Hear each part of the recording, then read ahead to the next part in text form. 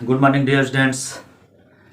मैं Ayodhya Prasad Mishra, assistant professor BEd संकाय Sant Tulsidas PG college Kadipur Sultanpur. Dear students, आज हम अपने इस यूट्यूब वीडियो की कड़ी में एक महत्वपूर्ण टॉपिक वित्त आयोग और योजना आयोग, फाइनेंस कमीशन एवं प्लानिंग कमीशन के विषय में अध्ययन करेंगे।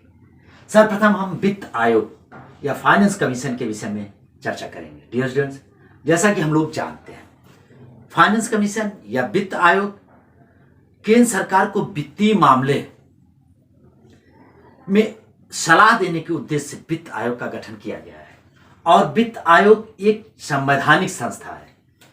संवैधानिक संस्था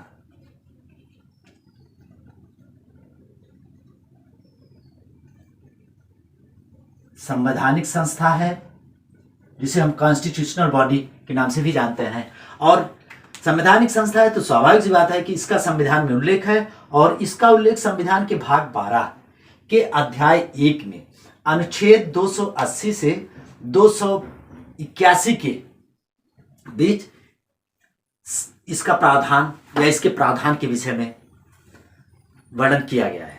डियर स्टूडेंट्स, वित्त आयोग एक संवैधानिक संस्था है, और संवैधानिक संस्था के साथ साथ जैसा कि अभी हमने बताया कि ये वित्तीय मामलों में भारत सरकार को वित्तीय मामलों में सलाह देता है। कहने का तात्पर्य परामर्शदात्री संस्था के रूप में, परामर्शदात्री की संस्था के रूप में एक संवैधानिक संस्था है। डियर स्टूडेंट्स, अनुच्छेद 280 में, संविधान के अनुच्छेद या आर्टिकल 280 में यह व्यवस्था की गई है कि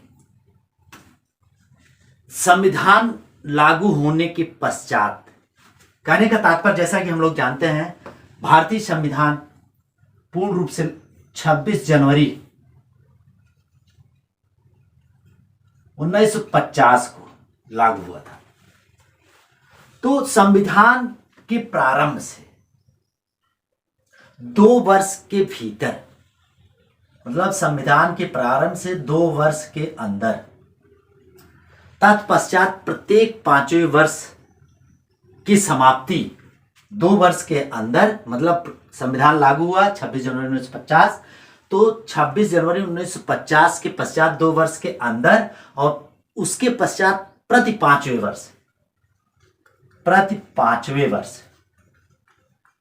की समाप्ति के पहले या उसके पूर्वोत्तर समय, जब राष्ट्रपति को आवश्यक प्रतीत हो, तो वित्त आयोग के गठन का आदेश देगा। मतलब राष्ट्रपति वित्त आयोग के गठन का आदेश देगा, और राष्ट्रपति एक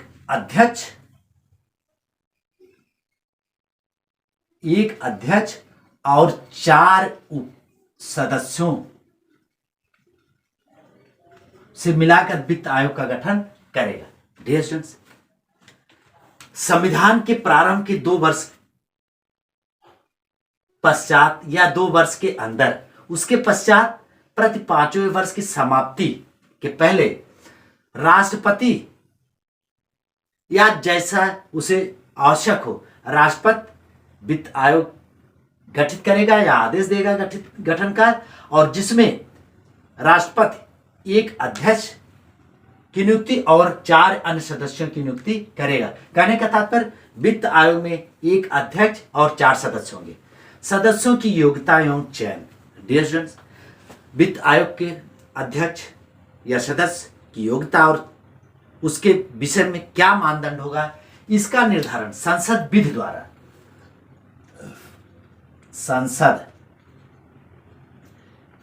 द्वारा सदस्यों की योग्यता के विषय में प्रावधान करेगा, और उसी विधि के अनुकूल राष्ट्रपति द्वारा एक अध्यक्ष और 4 सदस्यों की नियुक्ति करेगा या राष्ट्रपति द्वारा किया जाएगा। और जो अध्यक्ष होगा, वित्त आयोग का जो अध्यक्ष होगा, अध्यक्ष सार्वजनिक मामलों से संबंधित विषयों का विशेषज्ञ होगा। कहने का तात्पर्य सार्वजनिक विषयों का विशेषज्ञ होगा,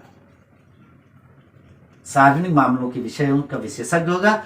और जो 4 अन्य सदस्य होंगे, 4 अन्य सदस्य हैं,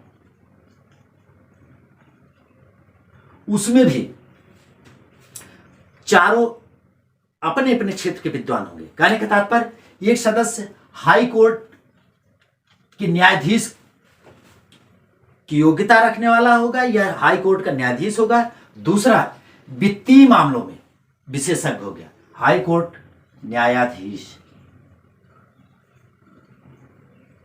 या समकक्ष की योग्यता रखता हो। दूसरा वित्तीय मामले में विशेषज्ञ होगा, वित्तीय मामलों में विशेषज्ञ होगा। दूसरा, और जो अन्य होंगे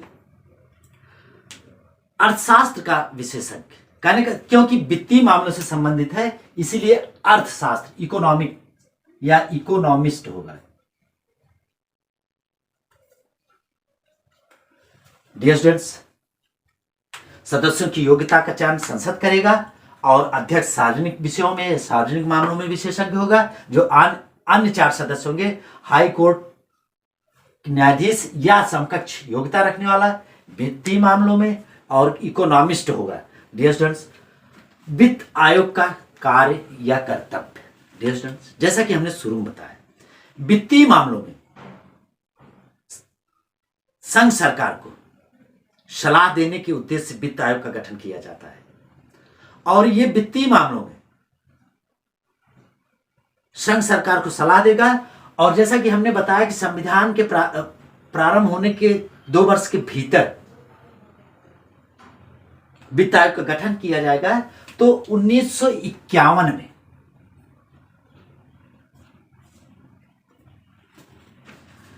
एक संसद में अधिनियम पारित हुआ जिसे हम वित्त आयोग अधिनियम के नाम से भी जानते हैं। वित्त आयोग अधिनियम,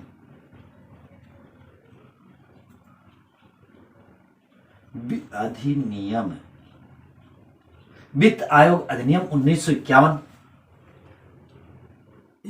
सॉरी स्टूडेंट्स, 1951 है। वित्त आयोग अधिनियम संसद में पारित हुआ और इसको पुनः 1955 में संशोधित किया गया। और इन्हीं अधिनियम और संशोधन के तहत राष्ट्रपति वित्त आयोग के अध्यक्ष और सदस्यों की नियुक्ति करता है।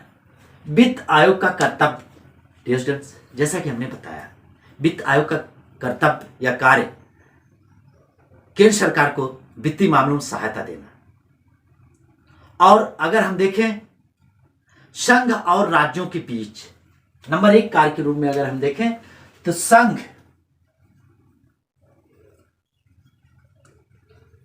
और राज्यों के वित्त के आगमन या आगम के संबंधित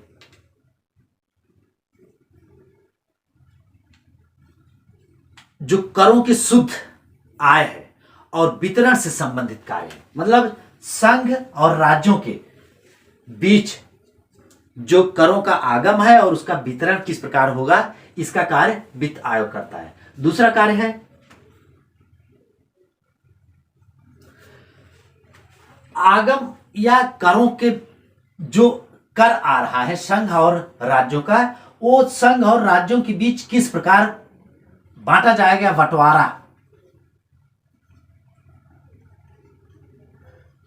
संघ और राज्यों के बीच करों का बंटवारा किस प्रकार का होगा, ये कार्य वित्त आयोग का होगा।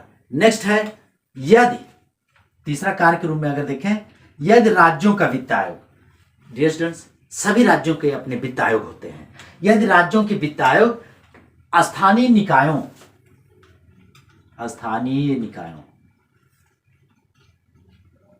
स्थानीय निकायों का तात्पर्य होता है पंचायत और नगर निगम।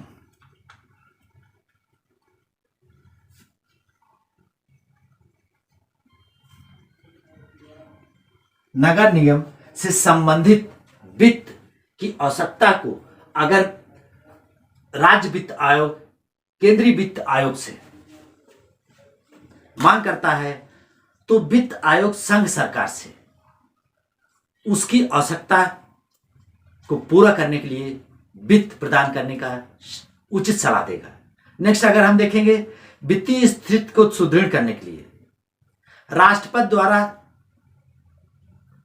निर्दिष्ट किसी अन्य विषय के बारे में, कहने का तात्पर्य अगर राष्ट्रपति निर्देश देता है कि वित्तीय स्थिति कैसे सुधारी जाए उसके विषय में क्या व्यवस्था किया जाएगा, तो ये भी कार्य करना राष्ट्र वित्त आयोग का कर्तव्य है।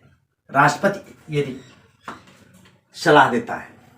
नेक्स्ट अगर देखेंगे डियर स्टूडेंट्स अनुच्छेद 281, डियर स्टूडेंट्स अनुच्छेद 281 में प्रावधान किया गया है कि वित्त आयोग द्वारा की गई सिफारिश को राष्ट्रपति द्वारा उस पर कार्यवाही की स्पष्टीकरण ज्ञापन सहित संसद के दोनों सदनों के समक्ष रखवाएगा। कहने का तात्पर्य 281 द्वारा जो भी वित्त आयोग द्वारा वित्त के मामले में जो सिफारिश की गई है, राष्ट्रपति उस पर कार्यवाही के लिए स्पष्टीकरण ज्ञापन के साथ संसद के दोनों सदनों में,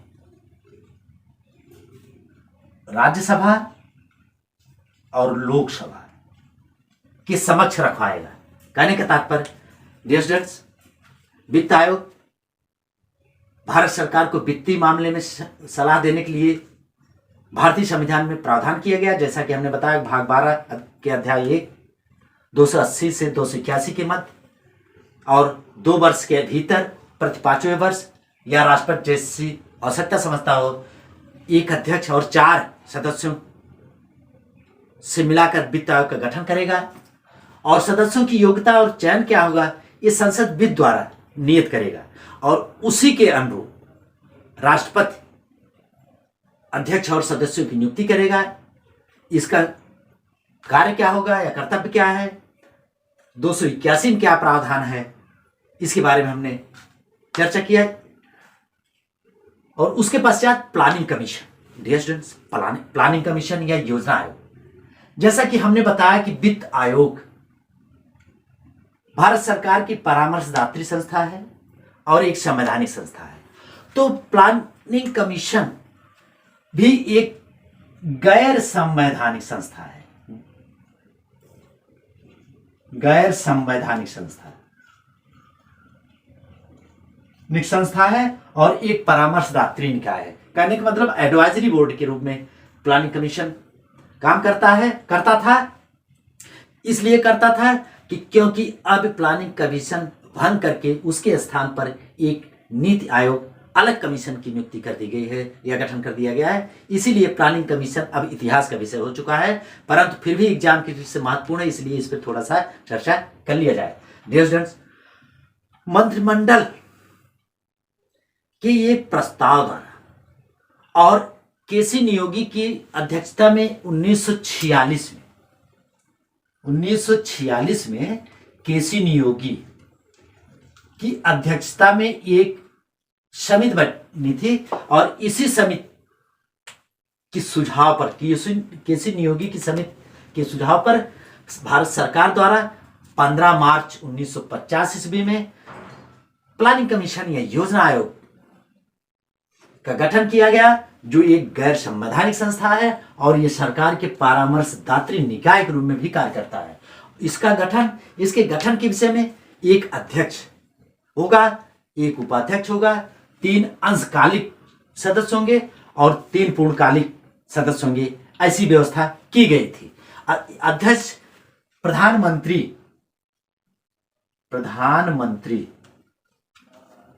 इसके पदेन अध्यक्ष होंगे। कहने का तात्पर्य आयोग का अध्यक्ष सिर्फ और सिर्फ प्रधानमंत्री होगा, और उपाध्यक्ष जिसकी नियुक्ति प्रधानमंत्री करता है ये कैबिनेट स्तर का मंत्री होगा। कैबिनेट मिनिस्टर कैबिनेट स्तर का मंत्री होगा, और जो 3 अंशकालिक और 3 पूर्णकालिक सदस्य होंगे इसकी भी नियुक्ति प्रधानमंत्री ही करता है। और 3 अंशकालिक में अनिवार्य रूप से भारत सरकार का गृह मंत्री, वित्त मंत्री भारत सरकार और रक्षा मंत्री भारत सरकार इसके अंशकालिक सदस्य होंगे। और इस क्षेत्र से संबंधित विद्वानों या प्रधानमंत्री की नजर में जो इस योग्य होगा उसको 3 पूर्णकालिक सदस्य के रूप में प्रधानमंत्री नियुक्त करेगा। नेक्स्ट है डियर स्टूडेंट्स, योजना आयोग का कार्य एवं उत्तरदायित्व। डियर स्टूडेंट्स, योजना आयोग का कार्य एवं उत्तरदायित्व, जैसा कि हमने शुरू में ही बताया, योजना आयोग एक परामर्शदात्री संस्था के रूप में गैर संवैधानिक संस्था है। योजना आयोग देश के संसाधनों और जनशक्ति का अनुमान लगाता है और देश की आवश्यकताओं के अनुसार इन संसाधनों की वृद्धि की संभावनाओं का पता लगाता है। कहने का तात्पर्य भौतिक संसाधन, उसमें भी प्राकृतिक संसाधन और मानवीय संसाधन,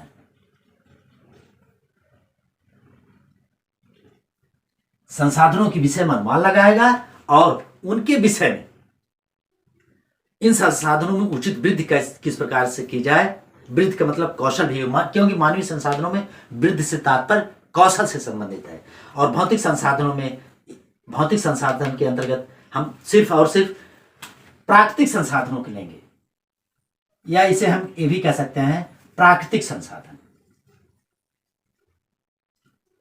प्राकृतिक संसाधन और मानवीय संसाधनों की किस प्रकार वृद्धि की जाए इसके विषय में भारत सरकार को सलाह देती थी। नेक्स्ट अगर देखेंगे, देश के संसाधनों को, मतलब जो भी रिसोर्सेज हैं, संसाधन हैं, संसाधन रिसोर्सेज हैं, उनका उचित दोहन किस प्रकार से किया जाए इसकी भी सलाह और रूपरेखा, यह योजना बनाना योजना आयोग का कार्य था।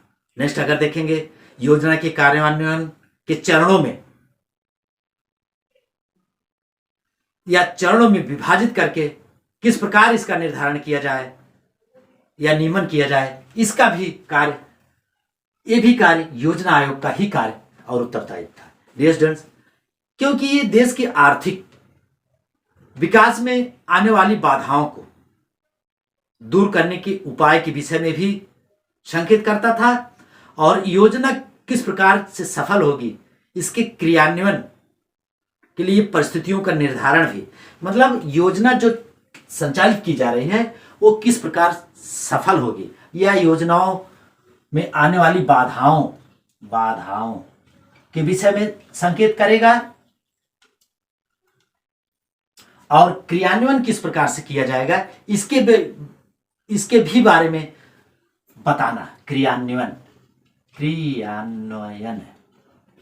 के विषय में भी बताना योजना आयोग का कार्य था। डियर स्टूडेंट, जैसा कि हम लोग जानते हैं, योजना आयोग या प्लानिंग कमीशन का कार्य भी लगभग वित्त या अर्थ से संबंधित था।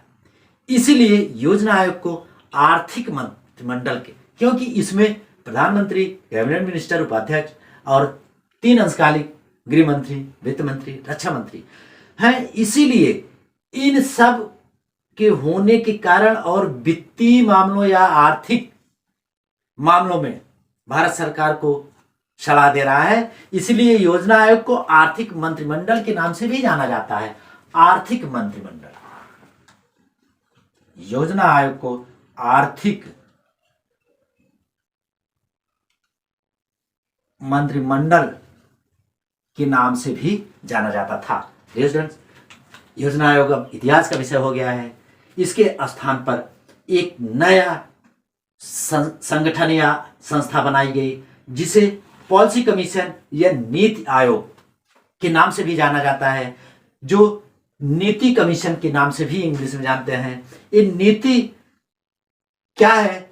NITI, ये 4 शब्दों या अंग्रेजी के वर्णमाला से बना है, जिसका फुल फॉर्म होता है या पूरा नाम होता है national institution for transforming India, राष्ट्रीय भारत परिवर्तन संस्थान के नाम से नीति आयोग गठित किया गया। और इसके गठन के विषय में राष्ट्रपति नहीं डियर स्टूडेंट्स, प्रधानमंत्री 15 अगस्त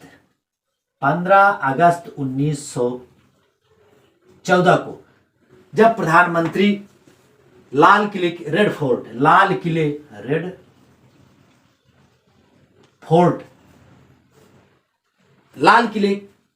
पर 15 अगस्त स्वतंत्रता दिवस के समय संबोधन के समय इन्होंने योजना आयोग के स्थान पर एक नीति आयोग या पॉलिसी कमीशन के गठन की बात करते हैं। और इसको कार्य रूप में देने के लिए मंत्रिमंडल के एक प्रस्ताव द्वारा, मंत्रिमंडलीय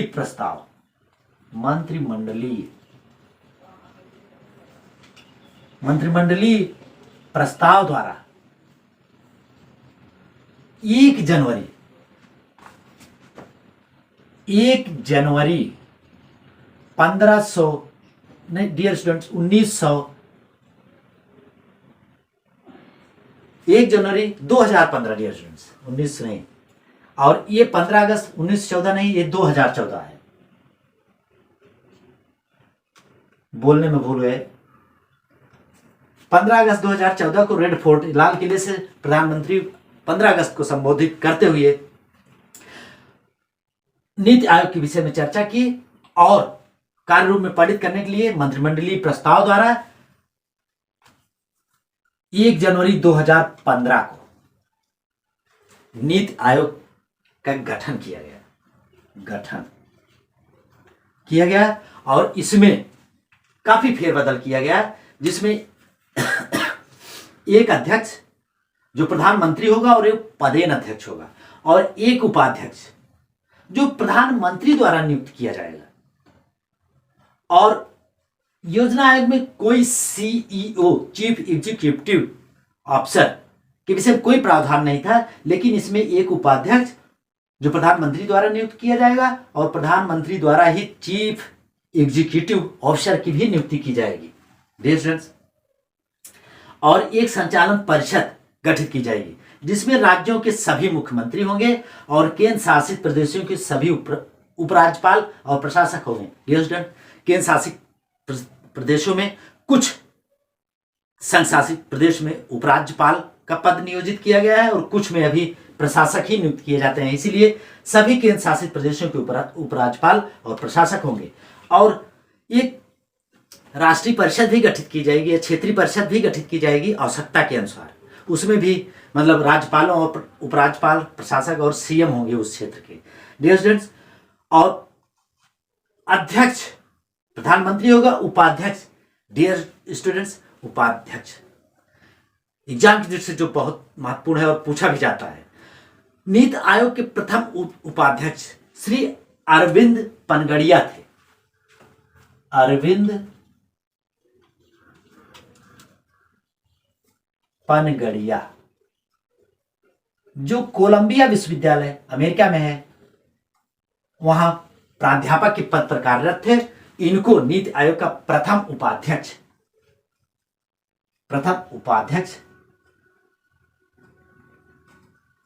नियुक्त किया गया। जैसा कि डियर स्टूडेंट हमने CEO की बात भी की, तो एक CEO चीफ एग्जीक्यूटिव ऑफिसर की भी नियुक्ति प्रधानमंत्री द्वारा की गई और इसके लिए प्रथम CEO श्रीमती सिंधु श्री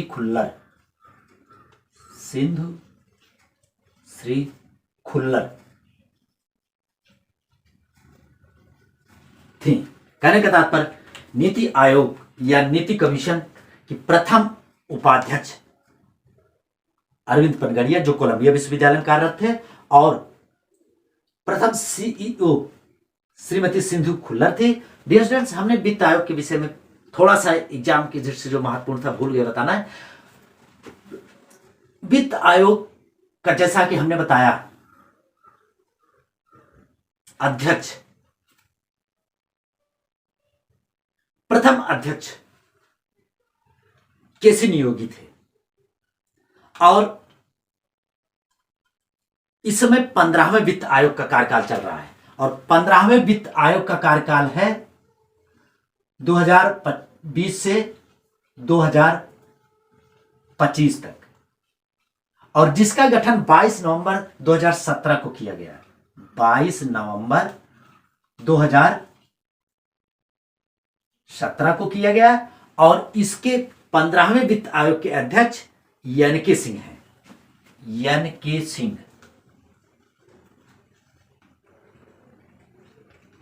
है। डियर स्टूडेंट्स, प्लानिंग कमीशन, इसके भी पहले अध्यक्ष और अंतिम अध्यक्ष के विषय में हम जान लेते हैं, क्योंकि वित्त आयोग के बाद अगर कोई परामर्शदात्री वित्तीय आर्थिक मामलों में है तो पहले नीति आयोग के गठन के पहले प्लानिंग कमीशन था और भारत सरकार के प्रथम अध्यक्ष या ये कहें प्लानिंग कमीशन के प्रथम अध्यक्ष, क्योंकि हमने जैसा शुरू में बताया कि प्रधानमंत्री पदेन अध्यक्ष होता है, तो प्रथम अध्यक्ष पंडित जवाहरलाल नेहरू थे, JL नेहरू।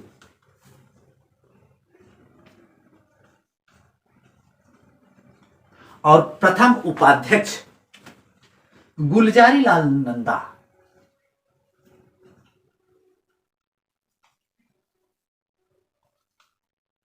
नंदा थे और अंतिम अध्यक्ष स्वाभाविक सी बात है कि 15 अगस्त 2014 को रेड फोर्ट से समापन की घोषणा करते हैं और उसके स्थान पर एक नीति आयोग के गठन करते हैं। स्वाभाविक सी बात है पदेन अध्यक्ष होने के कारण दामोदर दास नरेंद्र मोदी या ये कहें नरेंद्र मोदी जी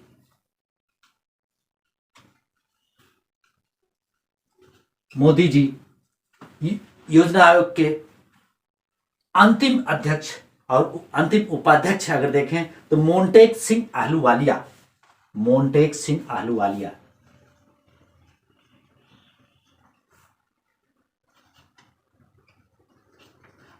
थे। डियर स्टूडेंट्स, आज की वीडियो में बस इतना ही। धन्यवाद।